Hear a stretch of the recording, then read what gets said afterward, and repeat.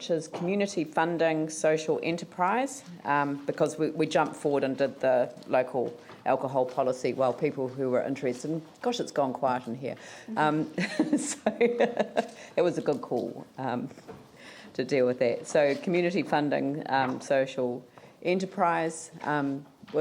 Jenny, would you like to introduce? The purpose of this report is to get council to agree to amend the discretionary funding to allow for social enterprise projects. This is a recommendation that's arisen out of the Funding Review Working Party, which is a working party of the Community Housing and Economic Development Committee. So it's fairly simple and straightforward. It'll come out of the discretionary funding, which is decided by the boards at the ward level and Metro. It's decided by staff up to 15,000, and then there's a review committee. It goes to the committee for the following ones. So are there any questions? Are there any questions? Let's just do it. But mover and second would be good. Vicky, Tim. Oh, sorry, Andrew. Vicky and Andrew. Yep.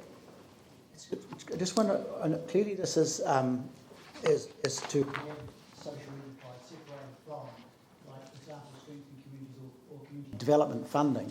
Just explain that a bit further as to how it would work, though, because presumably it comes from the same stream, or is it different? People, do you want to do it? Oh, it'll come out of a discretionary, the discretionary response fund, be a component of that. But it'll then depend on what applications come in and the criteria that's established, and whether they meet that criteria, and be taken through from there. So there'll be decisions made based on the criteria to be established. And I might add that since that it's a new type of social enterprises funding we haven't done before, so I think it's very important for elected members at the boards to have a good discussion about what that social enterprise can contribute to their areas around charitable additions. David? Just to clarify, so at community board level, any applications would come from discretionary response? Right. Time? That's correct. Yeah. But it allows discretion for the boards to maybe go down a bit of a different community governance path to what they might have done before, and I think that's an exciting new area for boards to consider with a funding like this. So if an application has more than two implications over two wards, a community board could refer that to the Metropolitan? Certainly, yes, it could. That's what would happen. Which is likely to happen in a lot of these instances. That could happen. All right. So I'll put... Oh, Vicky? We tried to do this last year, and we discovered that applications for social enterprises within the funding was actually not allowed.